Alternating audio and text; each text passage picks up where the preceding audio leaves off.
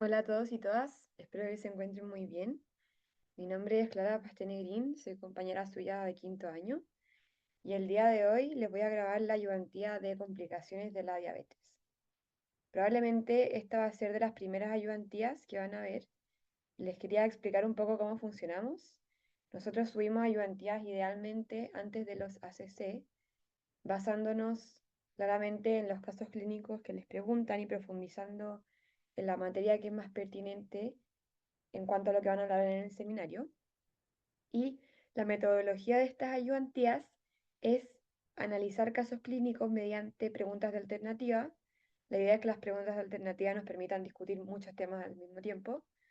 Y al final de la discusión vemos por qué la que estaba correcta era correcta y también justificar las que estaban incorrectas. Siempre tiene un enfoque bastante clínico. Nunca nos separamos mucho de lo que se aprende en medicina interna. La idea es que vayan integrando la fisiopatología a la clínica y que sea un ramo más práctico. Y también recuerden que siempre si tienen alguna duda, nos pueden escribir por el Instagram de la ayudantía. Este PPT va a estar disponible en cursos y después en el canal de YouTube pueden ver las otras grabaciones que hay. Por lo tanto, comencemos. En la primera pregunta tenemos el caso de una paciente de sexo femenino de 17 años con antecedentes de hipotiroidismo, que presenta baja de peso cuantificada en 4 kilos, polidipsia y poliuria de 3 semanas de evolución. Acude al servicio de urgencia por 5 episodios de vómitos en las últimas 15 horas asociados al compromiso del estado general. Al interrogatorio dirigido, su madre refiere que cursó con una neumonía hace un mes. Los signos vitales muestran una frecuencia cardíaca de 110 latidos por minuto, una presión arterial de 95,60, una frecuencia respiratoria de 26, una temperatura de 37,2 y un llene capilar menor a 2 segundos. Acá también tenemos exámenes de laboratorio donde los gases venosos nos muestran un pH de 7,18, un bicarbonato en 11,8, una PCO2 de 32, un base excess de menos 18, el sodio en 128, el potasio en 3,2, cloruro 99, una CREA de 1,3, un nitrógeno ureico de 28 y un ácido láctico de 2,5. También tiene cuerpos cetónicos positivos en la orina. Entonces, respecto a este cuadro, ¿qué alternativa es correcta? A. El riesgo de edema cerebral en esta paciente es muy alto si la glicemia disminuye a 100 miligramos por decilitro. B. La primera medida terapéutica a implementar es la administración de insulina endovenosa. C. La paciente está cursando con un síndrome hiperglicémico hiperosmolar. Y D. Dado que se produce hiponatremia dilucional, una vez que se corrige la hiperglicemia se normaliza la natremia. Acá tenemos algunas preguntas para poder guiar el análisis de este caso clínico. Y la idea es que mediante la discusión las vayamos resolviendo una a una. Entonces vamos a hablar un poco de cómo se clasifican las complicaciones de la diabetes, cuál es la definición clínica y epidemiología de las emergencias hiperglicémicas, cuál es el impacto de la cetoacidosis diabética en el equilibrio ácido-base, hidrosalino y hemodinamia de la paciente, cuáles son las bases terapéuticas del manejo de una cetoacidosis y qué complicaciones podrían tener estos pacientes que sientan las bases del manejo médico. Entonces, para que tengamos una aproximación general y nos ordenemos un poquito, las complicaciones de la diabetes se dividen en agudas y crónicas. A su vez, las agudas, que son de las que vamos a hablar primero, se dividen dependiendo si la glicemia está aumentada o disminuida. Entonces tenemos por un lado la hipoglicemia y por otro lado las emergencias hiperglicémicas donde comprendemos que existe la cetoacidosis diabética y el síndrome hiperglicémico hiperosmolar, que tienen algunas similitudes, pero también algunos aspectos clínicos que los diferencian entre ellos y que vamos a hablar más adelante. En cuanto a las complicaciones crónicas, que las vamos a ver con el segundo caso, se dividen en microangiopáticas, macroangiopáticas y mixtas. Algo que yo siempre les comento cuando analicen preguntas en fisiopato es que tienen que tomar todos los elementos del enunciado. hay algunas preguntas en los certámenes o en los ACC que son más de memoria y otras que son de análisis de caso clínico que les piden habilidades un poco más avanzadas. Entonces acá muchas veces todos los elementos del enunciado aportan información y son importantes. Partamos con la historia clínica. Siempre es relevante saber quién es el paciente, qué edad tiene el paciente, cuál es el sexo del paciente, cuáles son las comorbilidades que tiene el paciente. Porque en este caso teníamos una paciente de 17 años, que es súper joven, y que tenía el antecedente de una enfermedad autoinmune como el hipotiroidismo. No es lo mismo que si hubiéramos tenido un paciente mayor, postrado, con otras comorbilidades, con diabetes de larga data, entonces nos ponemos en escenarios súper distintos y solo por epidemiología tenemos que pensar en diagnósticos muy distintos. Además, teníamos un antecedente de infección pulmonar reciente, que vamos a hablar después porque eso era interesante, y la clínica de, bueno, acá eran 3 de las 4P, recuerden que las 4P serían poliuria, polidipsia, polifagia y pérdida de peso. Y esos son los 4 síntomas clásicos de una diabetes descompensada. Recuerden que la diabetes cuando está compensada no debería ser tan sintomática. Respecto al examen físico, que es el siguiente elemento que tenemos que ir a analizar, siempre tenemos que ver primero los signos vitales para ver un poco la gravedad de la paciente y después nos vamos a elementos más específicos que nos orientan a la etiología. En este caso teníamos que la paciente estaba bastante hipotensa, con taquicardia y taquipnea. Acá no teníamos muchos detalles sobre cómo era esta respiración, porque por un lado la frecuencia respiratoria estaba aumentada, pero en el contexto clínico es muy probable que la amplitud de su respiración también estuviera aumentada. Y eso es lo que se conoce como respiración de Kussmaul, una respiración que es más amplia y más rápida y que surge netamente como compensación del cuadro de base, que también lo vamos a detallar después cuando veamos el estado ácido-base. Respecto a los exámenes de laboratorio, siempre es importante dividir los exámenes de laboratorio en 3 categorías. Los que nos indican un poco la gravedad de la paciente, los que nos hablan del cuadro actual y nos pueden orientar un poco a la etiología, y también los que nos hablan de complicaciones asociadas al cuadro actual. Entonces teníamos acidemia, que no es lo mismo que acidosis. Recuerden que la acidosis y la alcalosis son procesos que pueden coexistir y el valor intrínseco del pH es o acidemia o alcalemia, ¿ya? También teníamos un base excess negativo que nos habla de que esta acidemia probablemente es de origen metabólica y no de origen respiratoria. Teníamos una PCO2 baja y todo eso es compatible con una acidosis metabólica. Además, teníamos otros trastornos electrolíticos como la hipocalemia, la hiponatremia, el BUN y la CREA estaban aumentados, que nos habla mucho del grado de deshidratación de la paciente. Y algo súper interesante es que el lactato está aumentado. Después vamos a ahondar un poco en las causas de ese lactato aumentado, que por supuesto también están contribuyendo a una mayor acidemia.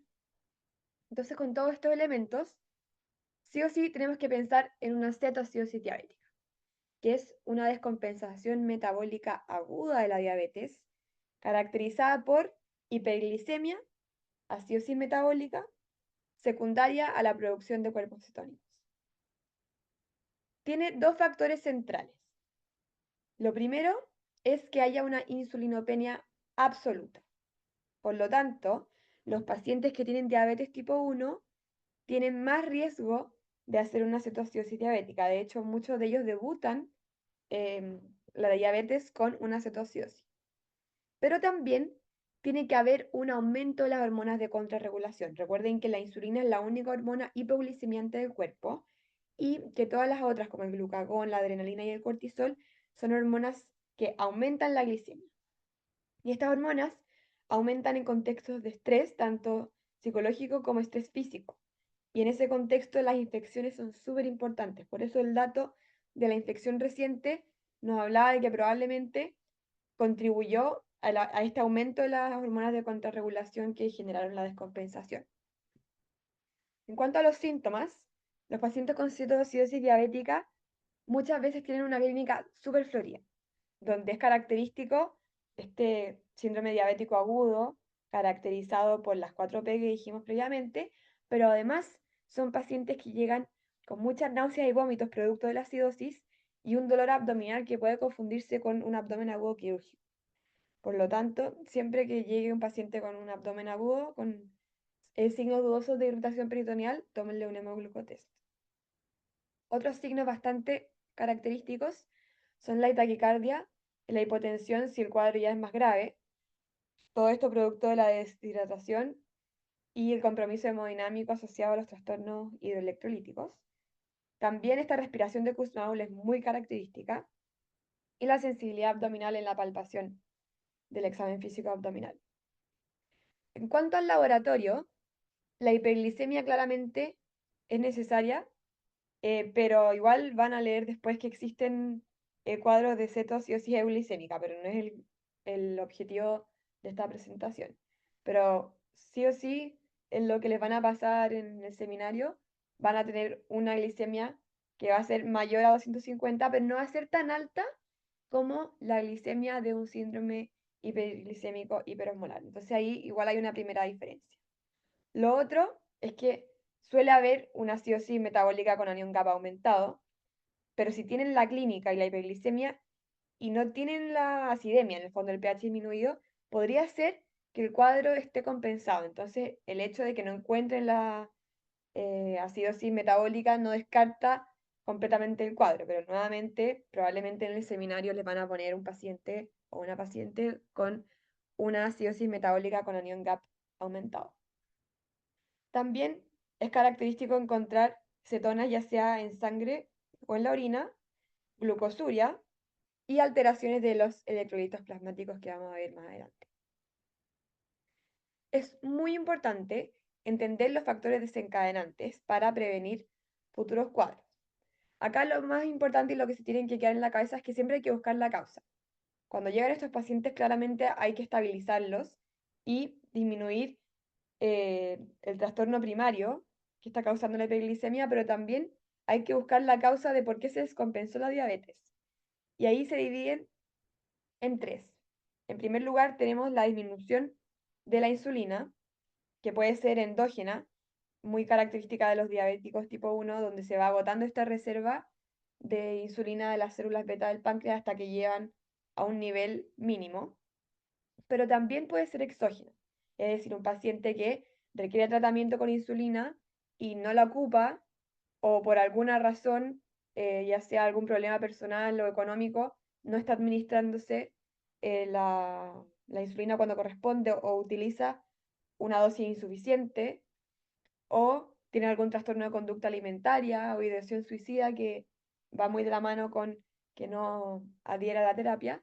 Todas estas cosas las tenemos que preguntar cuando vemos que un paciente que tiene diabetes tipo 1 hace una cetoacidosis.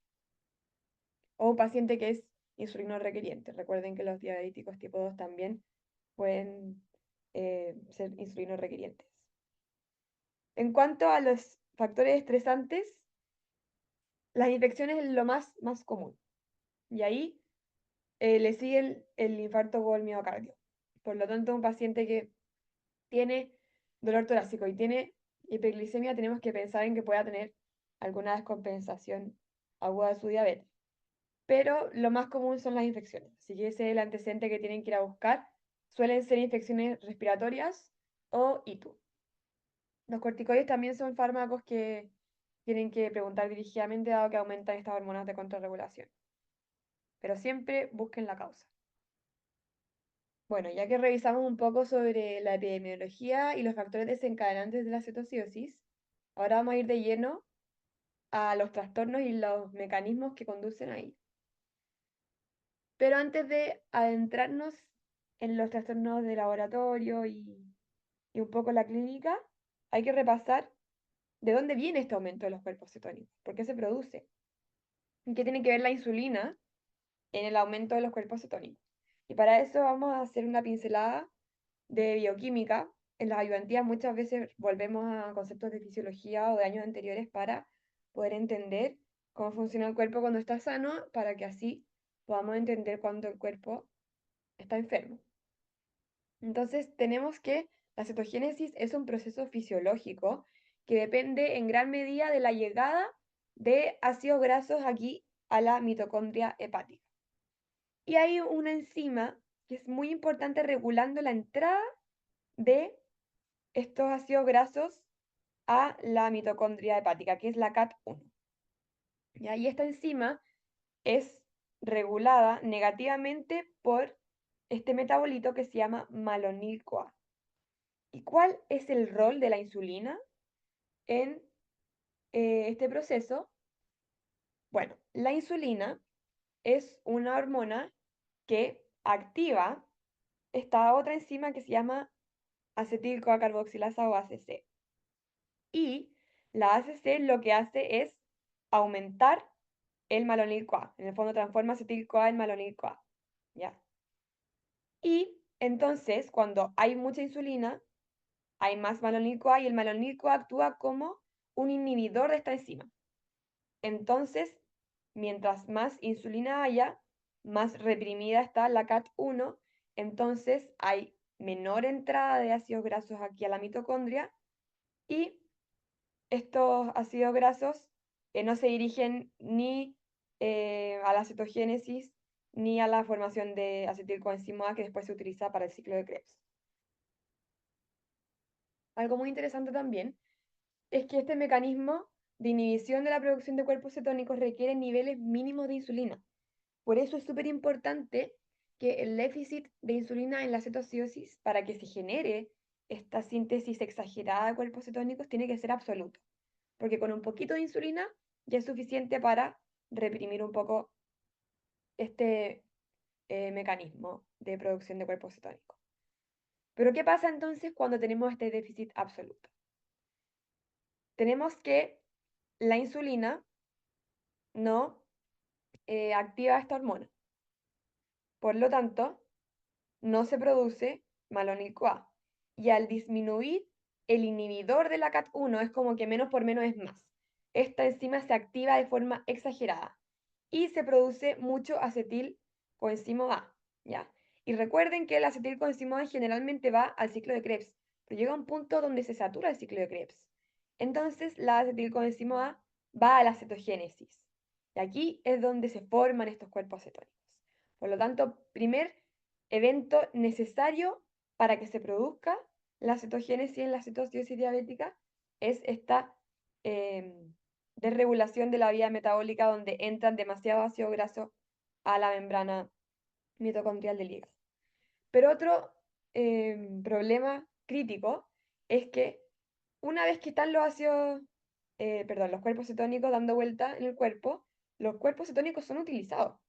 En los tejidos periféricos lo que pasa es que se convierte el beta-hidroxibutirato a cetocetato y acetilcoenzima A que se ocupa en el ciclo de Krebs.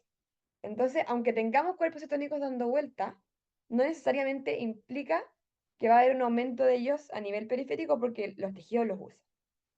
Pero en la cetoacidosis tenemos un problema en este estado redox que es clave para que se pueda hacer esta conversión. Cuando hay un aumento exagerado de los protones, aumenta la relación NADH-NAD+, y la ecuación de este equilibrio químico está mucho más desplazada hacia la acumulación de beta-hidroxibutirato más que hacia la formación de acetilcoenzima A. Entonces, además de que estamos produciendo muchos cuerpos cetónicos, los tejidos periféricos no lo pueden utilizar. Entonces, aquí tenemos un poco un resumen de todo lo que pasa. Por un lado, teníamos que es súper importante la disminución absoluta de la insulina y el aumento de las hormonas de contrarregulación, y eso hace que aumenten los ácidos grasos libres, ¿ya? Y esos ácidos grasos van a ser utilizados en esta beta-oxidación por todo lo que pasaba aquí con la ACC y con la CAT1. Entonces, este exceso de acetilcoenzima A va a aumentar como el sustrato para producir cuerpos cetónicos.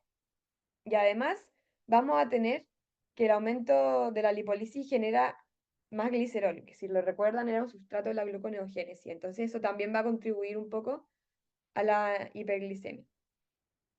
Entonces, por un lado, mayor producción de cetoácidos, pero era muy importante, y de hecho es más importante que la mayor producción de cetoácidos, esta disminución del clearance periférico de los cetoácidos. Y cuando ya el cuadro está más avanzado, se genera un compromiso hemodinámico que también disminuye el flujo en el riñón y genera un menor clearance renal de cetoácido. Entonces, la disminución del clearance es súper importante también para que aumenten estos cuerpos cetónicos. Yo sé que nos dimos una vuelta un poco larga, pero estoy casi segura de que esto no lo vieron con detalle en clase, entonces ojalá les haya servido un poco para tener las bases de por qué aumentan los cuerpos cetónicos. Ahora vamos a hablar un poco sobre los trastornos del equilibrio ácido-base que ocurren en este cuadro. En este caso tenemos una acidosis metabólica con anión gap aumentado. Recuerden que las acidosis metabólicas se dividen en anión gap normal y anión gap aumentado. ¿Y qué nos habla un poco esto? Nos habla si es que la disminución del pH se debe a una pérdida del bicarbonato, principalmente por la vía digestiva, sin añadir más protones extra al cuerpo de forma exógena, versus una acidosis que se da porque está llegando una sustancia nueva que se disocia en un anión y un protón, y ahí los iones de bicarbonato del cuerpo tienen que ir a tamponar esos protones también. Y la gran diferencia es que las acidosis metabólicas con anión gap normal tienen hipercloremia asociada, porque la sangre no puede ser ni negativa ni positiva. Por lo tanto, si yo estoy perdiendo el bicarbonato porque lo estoy usando para tamponar o porque lo estoy perdiendo vía digestiva, se tiene que aumentar el cloro.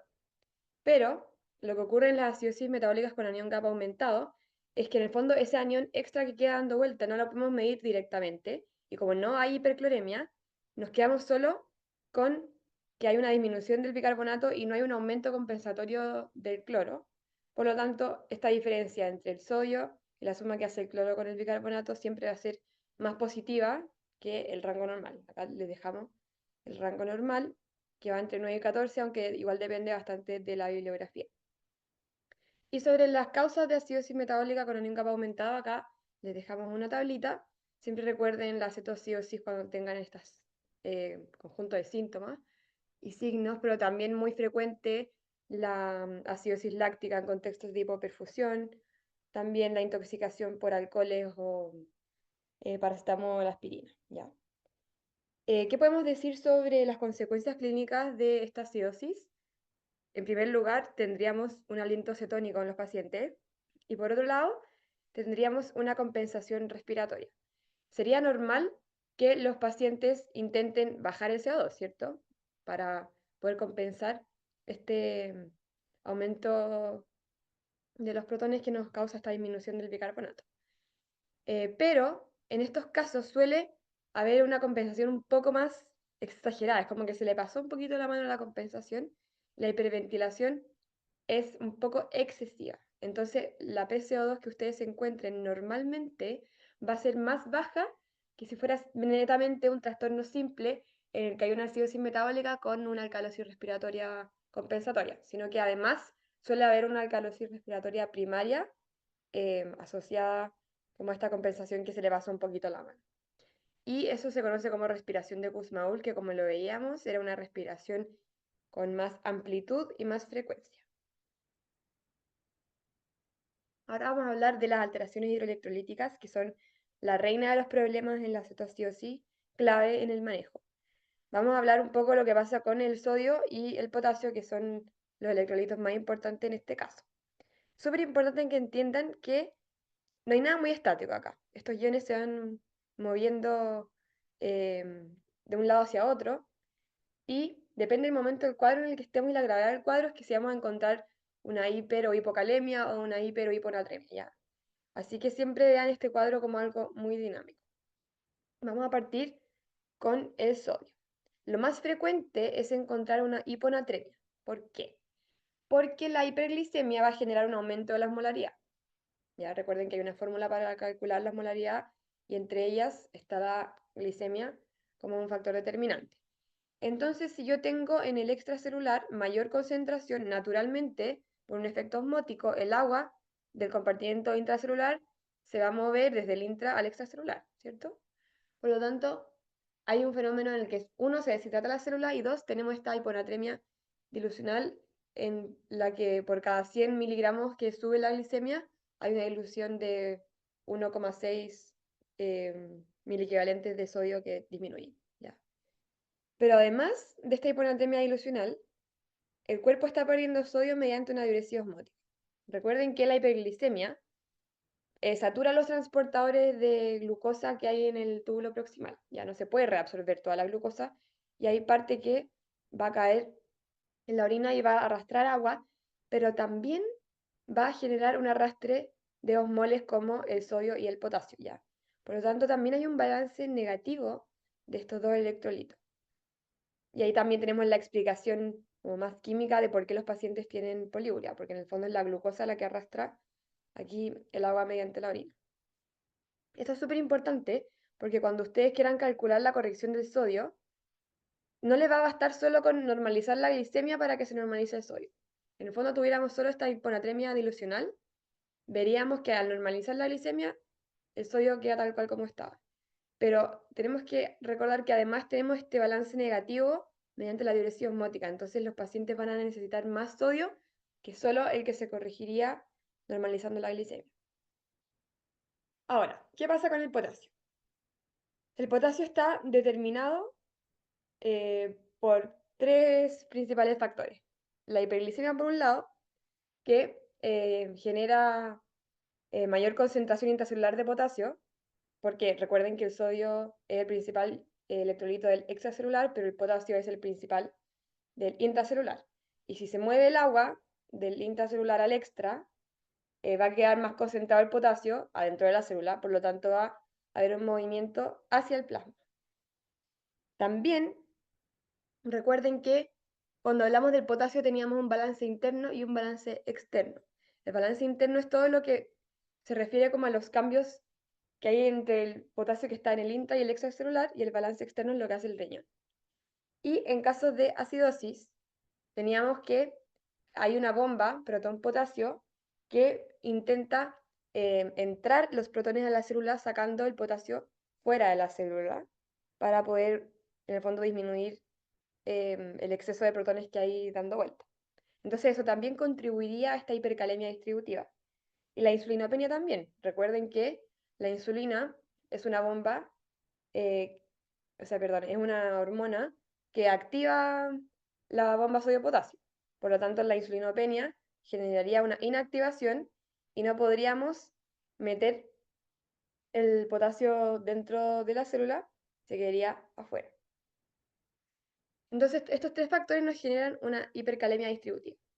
Pero la verdad es que en este caso, el efecto de la diuresis osmótica que arrastra glucosa, que arrastra sodio, que también va a arrastrar potasio, generalmente va a predominar en lo que pasa con el potasio. Entonces, a pesar de que tenemos una hipercalemia distributiva, es decir, que hay más movimiento de potasio dentro de la célula, fuera de la célula, el cuerpo igual va a estar botando el potasio mediante lo que hace el riñón. Así que es muy probable que los pacientes tengan hipocalemia. Y eso es muy importante porque es clave para el manejo. Ya recuérdense que la insulina es parte de la terapia base de la cetoacidosis diabética, pero siempre tenemos que chequear los niveles de potasio, porque si la insulina es una hormona que nos va a generar una hipocalemia, y ya tenemos una hipocalemia de base por este balance negativo, tendríamos que corregir primero el potasio y después dar la insulina porque el potasio va a matar al paciente antes que la hiperglicemia. ¿Qué ocurre con el compromiso hemodinámico? Acá también esto es un factor muy importante a manejar, sobre todo si los pacientes llegan en estado de shock o hiperperfusión, que se puede manifestar mediante una presión arterial disminuida, mediante frialdad distal, mottling en las rodillas, compromiso de conciencia, etc. Acá las causas de este compromiso hemodinámico son, por un lado, este balance negativo de sodio y de agua que genera una disminución del volumen extracelular, también asociado a los vómitos, no solo la diuresis osmótica. Pero la acidemia también tiene un factor súper importante en deteriorar la capacidad contráctil del corazón y también de generar una vasodilatación arteriolar. Por lo tanto, tendríamos una disminución del gasto cardíaco mediante una disminución de la precarga asociada a esta disminución del VEC, pero también una disminución del inotropismo, y además tendríamos menor resistencia vascular periférica por esta vasoplegia. Y acá es muy importante que esta hiperglicemia y esta inutilización de la glucosa también genera un metabolismo anaerobio, que disminuye un poco la cantidad de ATP disponible para que funcionen nuestras células y esa se va a traducir mediante la elevación del lactato, que además de contribuir a esta acidosis también va a impactar en que la función de bomba del corazón es más ineficiente. Así que el compromiso hemodinámico también es una de las primeras cosas que hay que corregir si es que un paciente que tiene acidosis, cetocidosis diabética, se presenta a la urgencia con presiones bajas, con taquicardia, etc. Yo sé que esto no era en relación al caso, pero vamos a hablar unas palabras sobre el síndrome hiperglicémico hiperosmolar, para que tengan algunas nociones de las diferencias. Esta también es una descompensación metabólica aguda, que se caracteriza por una hiperglicemia que suele ser más severa y porque hay también hiperosmolaridad. Y puede haber ausencia de cetosis o la cetosis es mínima, ¿ya? Pero lo más característico es la hiperglicemia severa y también esta hiperosmolaridad asociada a que los pacientes de base tienen una menor regulación renal hipotalámica, que lo vamos a ver después. ¿Ya? Acá los factores centrales son parecidos, lo único que cambia es que el déficit de insulina no es absoluto, sino que es relativo, por eso no tenemos esta síntesis exagerada de cuerpo cetónico. Y algo que clínicamente es importante es que este cuadro suele ser más larvado, suele ser en pacientes de edad avanzada, con más comorbilidades, con diabetes tipo 2, no tanto diabetes tipo 1. Y acá el cuadro, como tiene una deshidratación muy marcada, tiene un compromiso de conciencia muy marcado también. ¿Ya? Los pacientes suelen llegar en sopor o casi que en estado de coma al servicio de urgencia. Y el resto de los signos va a ser más o menos lo mismo. También se va a caracterizar por las 4P y también pueden haber signos de compromiso hemodinámico asociado a esta deshidratación. Y en cuanto al laboratorio, lo más importante es que la hiperglicemia suele ser más severa, que también vamos a tener una hiperosmolaridad y que si es que hay una acidosis con anión GAPA aumentado, puede ser por el leve aumento de las cetonas, pero también por este compromiso hemodinámico asociado a la deshidratación, que aumenta el lactato. ¿Ya? Así que quédense con que la diferencia principal es la persona que presenta el cuadro, no es una persona joven, no es una persona con diabetes tipo 1, sino que es una persona con muchas comorbilidades de edad avanzada, diabetes tipo 2, y que el compromiso con ciencia es más severo. Y acá esto es por estas dos razones, principalmente porque ya tienen una menor función renal de base. Acuérdense que la diabetes tipo 2 de larga data genera un impacto a nivel renal y también tienen una disfunción hipotalámica, por lo tanto estos pacientes tienen menos sed y cuando se empiezan a deshidratar toman menos agua, ¿ya? Por eso la deshidratación es más importante y acá la gravedad está muy dada por eso, como por la hiperosmolaridad y el nivel de deshidratación.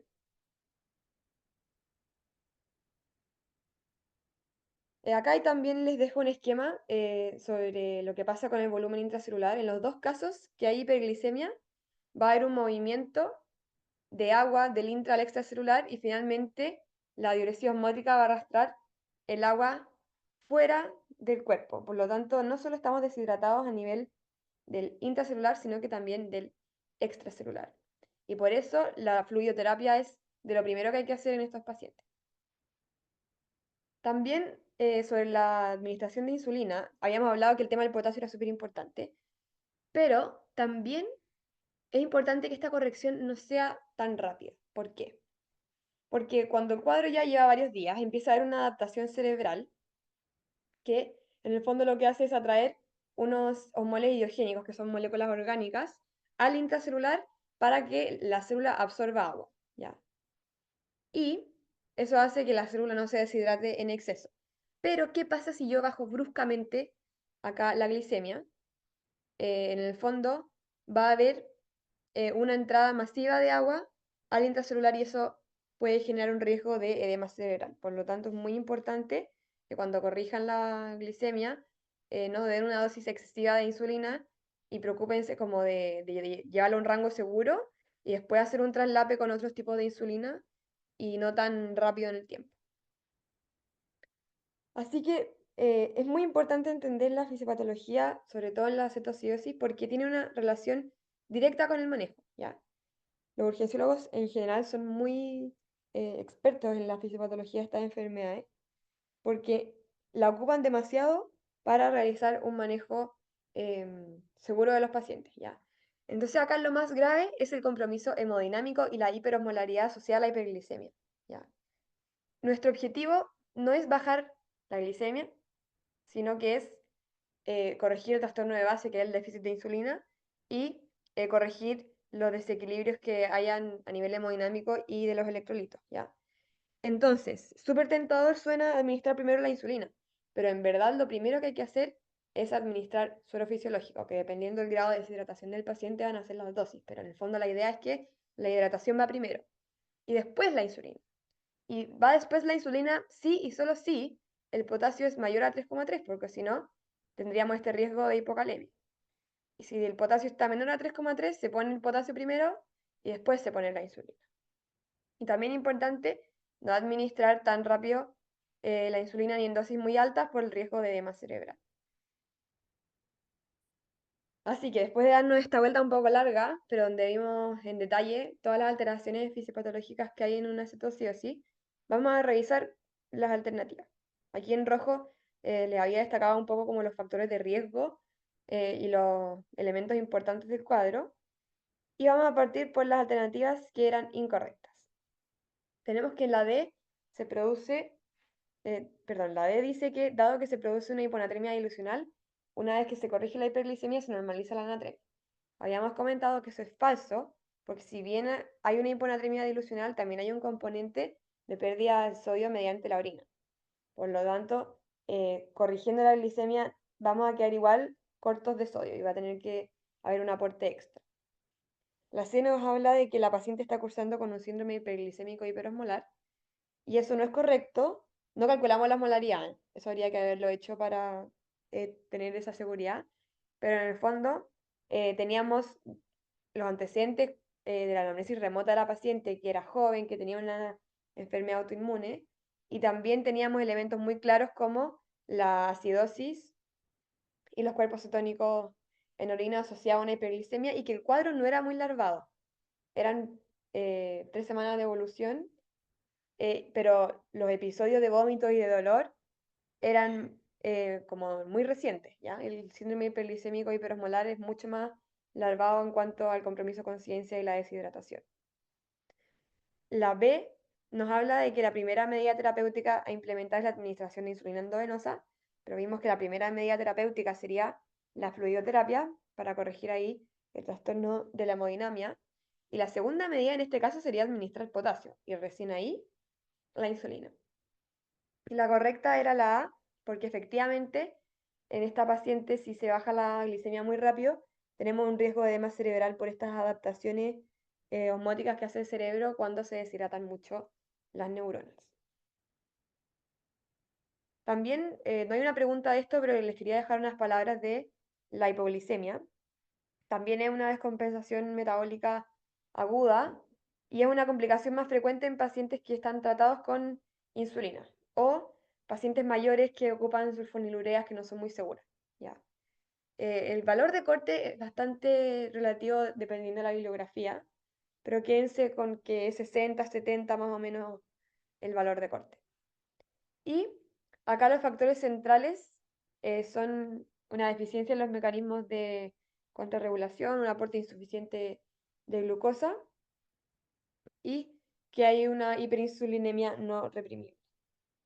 Pero el principal factor de riesgo es el de deterioro de la función renal, que en el fondo hace que el clearance de insulina no sea lo suficiente y que tengamos dosis muy altas dando vuelta en el cuerpo. Acá les dejamos un esquema donde lo más importante que tienen que recordar de la hipoglicemia es que los síntomas se dividen en base a si son síntomas neurovegetativos, como las palpitaciones, ansiedad, sudoración, temblor, que son como una etapa de alarma en el que el paciente está consciente y si consume glucosa se revierten. Pero después, si la hipoglicemia persiste, hay unos síntomas neuroglucopénicos que nos van a generar un riesgo a nivel del sistema nervioso central que podrían producir síntomas como confusión, agresividad, cansancio, visión borrosa, convulsiones, compromiso de conciencia, etc. Así que, dato para aprender, siempre que un paciente llegue con compromiso de conciencia a la urgencia, un hemoglucotest es crítico para descartar ya sea la hipo o la hiperglicemia. ¿Ya? Y también acá les dejamos un apartado sobre que hay una adaptación a nivel del sistema nervioso central, donde se van tolerando cada vez menos niveles de glicemia, porque va aumentando el transporte de glucosa como este líquido que rodea las neuronas mediante algunos transportadores a nivel de las membranas y también el transporte en la barrera hematoencefálica. Ya, continuemos con la ayudantía con el caso 2. En esta pregunta tenemos un paciente de sexo masculino de 82 años con antecedentes mórbidos de diabetes tipo 2, diagnosticada hace 6 años, de hipertensión arterial, enfermedad renal crónica código 3B, sobrepeso y coxartrosis. Además realiza muy poca actividad física. Su tratamiento farmacológico consiste en metformina, losartán y paracetamol con regular adherencia. Acude al CESFAM luego de 2 años sin controles ya que presenta dolor torácico retroesternal de tipo opresivo, intensidad 8 de 10 que se produce con grandes esfuerzos físicos y C a los minutos de reposo. Al examen físico se encuentra en buenas condiciones generales, con una frecuencia cardíaca de 85 latidos por minuto, se encuentra hipertenso, con una presión arterial de 166 con 100 milímetros de mercurio, una frecuencia respiratoria de 16, saturando 97%, afebril y con un IMC de 33. También se encuentra vigil, consciente, lúcido y orientado, mucosas rosadas, bien hidratado, los pulsos pedios disminuidos con signos de hiperkeratosis plantar bilateral. De acuerdo al caso, es correcto que A. El estrés oxidativo juega un rol secundario en la fisiopatología detrás del cuadro de este paciente. B. Es poco probable encontrar proteinuria en el examen de orina. C. El paciente presenta cardiopatía coronaria como complicación microangiopática de la diabetes mellitus. Y D. Las lipoproteínas de este paciente tienen un mayor potencial aterogénico. Pregunta a responder este caso es ¿cómo se clasifican las complicaciones crónicas de la diabetes? ¿Cuáles son las principales alteraciones fisiopatológicas de la nefropatía, retinopatía y neuropatía diabética? ¿Cómo se manifiestan clínicamente las complicaciones macroangiopáticas? ¿Y cómo podemos optimizar el manejo de estos pacientes en base a la fisiopatología? Entonces, lo mismo, tenemos este enunciado donde teníamos otro contexto al caso anterior, es una persona mayor, una persona con muchas comorbilidades. Muchas de estas patologías tienen una fisiopatología que comparten muchos rasgos que vamos a ver después. Era un paciente hipertenso, con sobrepeso, ahí tengo que corregir eso, con enfermedad renal crónica, coxartrosis, enfermedad coronaria, que podríamos decir que es una higiene estable, dado que es un cuadro de dolor torácico opresivo, que no se irradia y que se ve con el reposo. Una posible enfermedad arterial oclusiva periférica, dado que tenía los pulsos pedios disminuidos.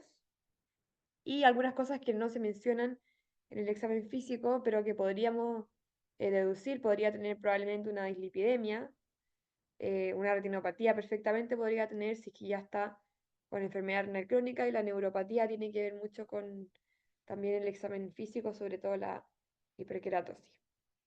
Pero nada de eso está confirmado todavía. Entonces ahora vamos a hablar de las complicaciones crónicas y importante que si vienen microangiopáticas, si afectan a vasos sanguíneos pequeños, principalmente capilares, donde los más afectados van a ser el glomérulo del riñón, ahí en el nefrón, la neuropatía diabética, o sea, los vasos sanguíneos que irrigan los nervios y los vasos sanguíneos que irrigan la retina. Pero también tenemos complicaciones de vasos más grandes como la cardiopatía coronaria, la enfermedad arterial oclusiva periférica y la enfermedad cerebrovascular, que son las que aportan una gran morbilidad a estos pacientes y suelen ser importantes causas de muerte en estos pacientes. También hay complicaciones mixtas, como el pie diabético, que mezclan en el fondo elementos como la enfermedad arterial oclusiva con la neuropatía, por ejemplo. Vamos a partir con la microangiopatía diabética, que es este compromiso de los capilares por el efecto de la hiperglicemia crónica, que es un factor muy importante en la morbilidad de estos pacientes y que también les hace tener un mayor grado de seguimiento y muchas veces consultar en el nivel secundario de atención con los especialistas. Y acá englobamos la nefropatía, la retinopatía y la neuropatía. El sustrato fisiopatológico El sustrato fisiopatológico en este caso es el mismo para todas y tiene que ver con un daño inflamatorio crónico que además se asocia a estrés oxidativo. ¿Ya? Acuérdense que el estrés oxidativo, ¿no?, es este exceso de radicales libres que va dañando nuestras células y va impidiendo la reparación celular sana. Y los cuatro mecanismos de este daño inflamatorio y estrés oxidativo los revisaron probablemente en la ayudantía de patogenia de la diabetes y en la clase donde se habla de la vía del poliol, de la proteína quinasa C, la glucosamina, etc. Así que no vamos a entrar mucho en detalle en eso, sino que vamos a ver los conceptos más importantes asociados a este daño inflamatorio. Así que acá tenemos en el fondo que el estrés oxidativo juega un rol central en lo que es complicación crónica, ya sea micro o macroangiopática. Esto aumenta los mediadores inflamatorios, también genera factores de crecimiento, sustancias vasoactivas que van a alterar nuestra musculatura normal.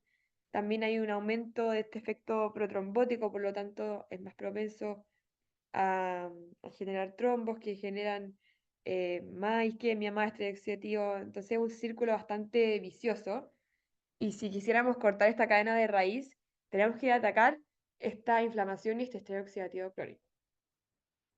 Vamos a comenzar con la nefropatía diabética. El problema aquí es que se van perdiendo algunos nefrones funcionales porque se van dañando estos glomérulos y eso va a hacer que los nefrones remanentes tengan que dar la cara para que siga funcionando el riñón y es como mandar a una persona a correr una maratón de la nada. Es decir, que va a haber una hiperfiltración de los nefrones remanentes que va a generar un aumento de la presión de filtración y eso es mediado por una vasodilatación de la arteriola aferente.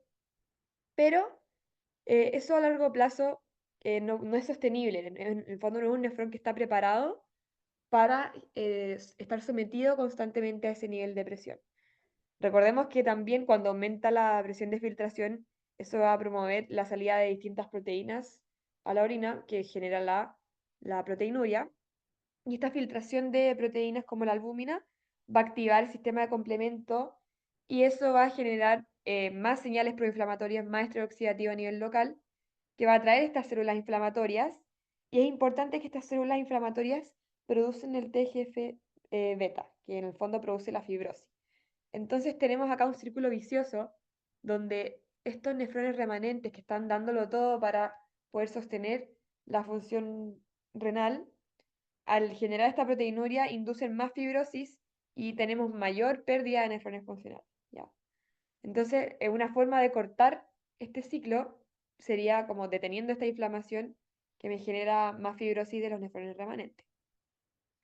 Y eso es un poco lo que intentan hacer antihipertensivos como los YK o ARA2, porque en el fondo también recordar que el sistema renina-angiotensina no solo tiene los efectos hemodinámicos, acuérdense que la angiotensina lo que hacía era aumentar la reabsorción a nivel proximal, aumentar el nivel de sodio en el cuerpo y también aumentar la vasoconstricción de las arteriolas periféricas, por lo tanto aumenta la presión, que sigue como impactando de forma negativa en el glomérulo. No solo tiene este efecto hemodinámico, sino que también tiene este efecto proinflamatorio, que aparte de aumentar la presión también nos sigue generando más fibrosis. Entonces los YK y ARA2 tienen un doble efecto, porque no solo me baja la presión, que eso ayuda a que no haya esta como filtración de proteínas tan excesiva, sino que también tiene este efecto antiinflamatorio que me va reduciendo la fibrosis glomerular de forma como más eficiente. Así que siempre fíjense si un paciente que tiene diabetes y además tiene enfermedad renal crónica y tiene hipertensión, está consumiendo antihipertensivos que son llegadora 2 u otros. Porque, por ejemplo, el amlodipino es un buen antihipertensivo, pero solo tendría este efecto hemodinámico, no disminuye la inflamación. Entonces, no es el mejor antihipertensivo en un paciente con nefropatía diabética, para que lo tengan en cuenta. Otro problema que suelen tener los pacientes con diabetes de larga data es la retinopatía diabética, ¿ya? Y se correlaciona bastante con la nefropatía diabética, o sea, un paciente que tiene nefropatía diabética probablemente ya tiene la retinopatía. Lo más importante de la retinopatía diabética es que una de las principales causas de la pérdida de visión en personas mayores y se divide en dos fases, una retinopatía proliferativa y una no proliferativa, donde la diferencia, como dice el nombre, es si proliferan o no los vasos sanguíneos. Entonces, ¿cuáles son los mecanismos de daño acá en la retinopatía diabética?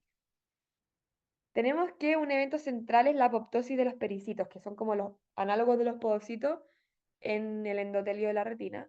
Y esto hace que haya un aumento de la permeabilidad del endotelio y que también se vaya perdiendo el sostén de estos vasos sanguíneos.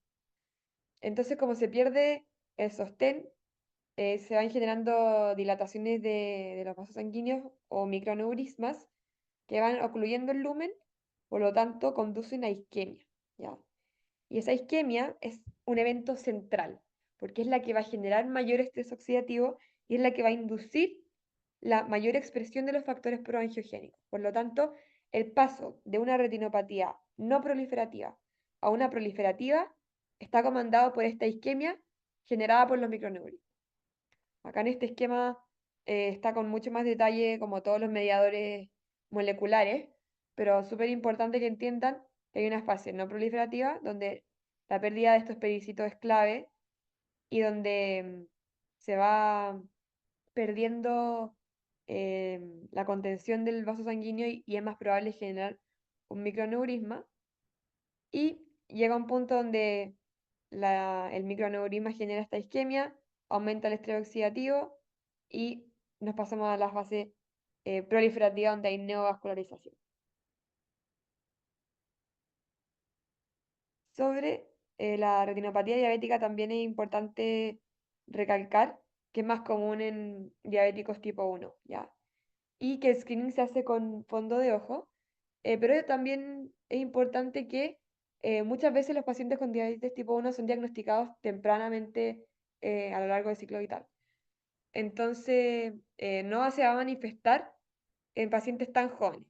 Y si un paciente es diagnosticado, no sé, a los 12 años, es probable que recién a los 5 años del diagnóstico empiece con la retinopatía diabética. Esa es la razón por la cual el screening de retinopatía diabética en pacientes con diabetes tipo 1 es anual, pero 5 años después del diagnóstico, a diferencia de los diabéticos tipo 2, que es muy probable que si ya son pacientes de larga data, tengan la diabetes como por muchos años y se la vayan a diagnosticar tarde y la retinopatía ya está instaurada, por lo tanto ahí el screening es desde el momento del diagnóstico.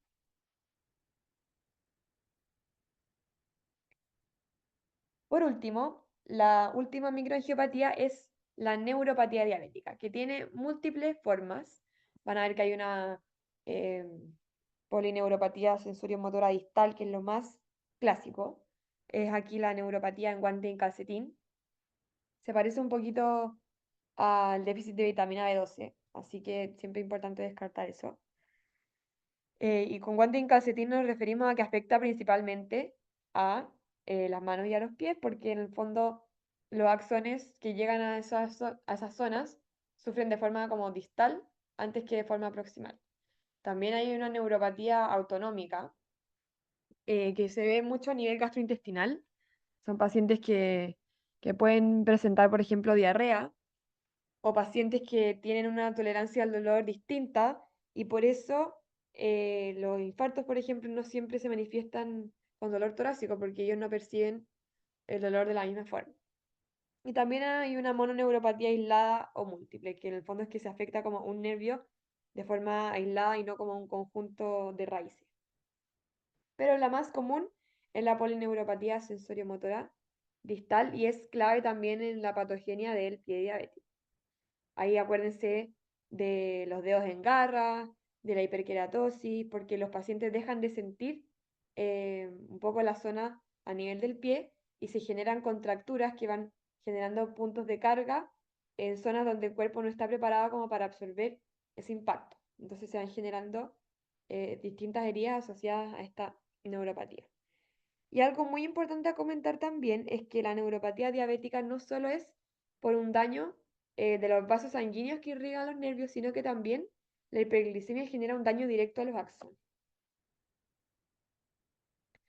En cuanto a la macroangiopatía diabética, esta se refiere a la enfermedad ateromatosa que se manifiesta a nivel de los vasos coronarios, como cardiopatía coronaria.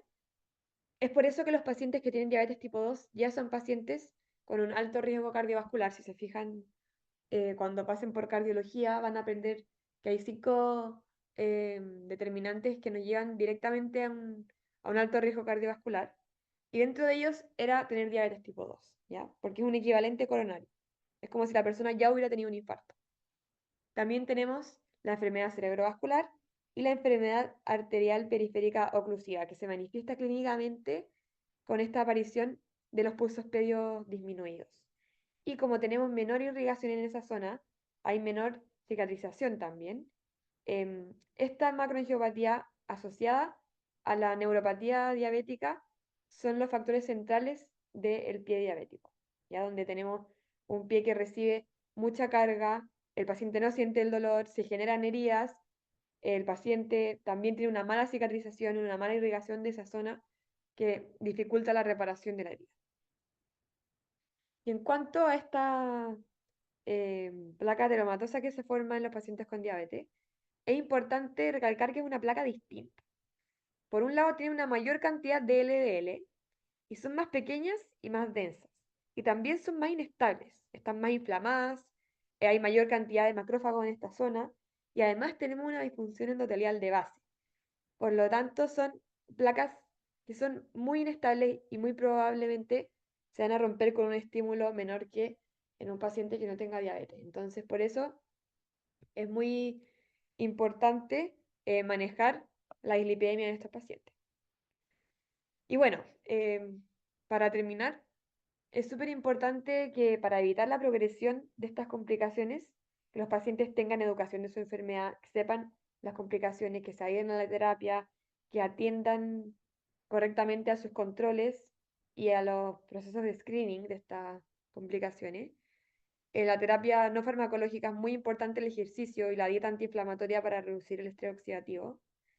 Y también de antihipertensivos, principalmente los YKR2 son los que tienen buen resultado. También los inhibidores del SGLT2, porque aparte de disminuir la glicemia, también funcionan como diuréticos. Importante eso. Es súper importante que también consuman los hipoglicemiantes y las estatinas nos ayudarían un poco a disminuir el nivel de colesterol. Pero lo importante es que todo esto está apuntando a disminuir la inflamación y el estrés oxidativo. Más que bajar la presión arterial en sí misma, más que bajar el colesterol en sí mismo, queremos bajar la inflamación asociada a todos esos daños. Así que revisemos la pregunta. Vamos a partir por las que son incorrectas. La A decía que el estrés oxidativo juega un rol secundario en la fisiopatología detrás del cuadro de este paciente, y eso es completamente falso, porque el estrés oxidativo tiene un rol central en todas las complicaciones crónicas. La B nos habla de que es poco probable encontrar proteinuria en el examen de orina, pero eso también es falso porque ya teníamos un paciente con enfermedad renal crónica. Si recordábamos, parte de esta enfermedad renal crónica era que los nefrones remanentes funcionaban a toda máquina, aumentaban su presión de filtración mediante esta vasodilatación aferente, y eso conducía a que se filtraban más proteínas. Así que la albuminuria o microalbuminuria o de proteinuria es muy frecuente en estos pacientes. La C nos hablaba de que el paciente presenta cardiopatía coronaria como complicación microangiopática. Y la primera parte es real, porque sí la presenta la cardiopatía coronaria, pero es una complicación macroangiopática. Ahí que nunca se les confundan esos términos porque a veces hacen distractores con errores muy mínimos, como de la semántica de las frases. Y la D era correcta porque es efectivo que las lipoproteínas de estos pacientes tienen un mayor potencial laterogénico, generan más placas y unas placas más inestables. Esperamos que les haya servido mucho esta ayudantía. Recuerden siempre cuando analicen las preguntas ir desde quién es el paciente, cuáles son sus síntomas, qué nos dice el examen físico. Y cuando vayan a buscar los exámenes, vayan viendo las alteraciones como de gravedad, de las etiologías, de las complicaciones, y siempre traten de fundamentar el tratamiento en base a la fisiopatología de los cuadros. Recuerden que si tienen cualquier duda, pueden consultarnos por el Instagram. Muchas gracias por su atención.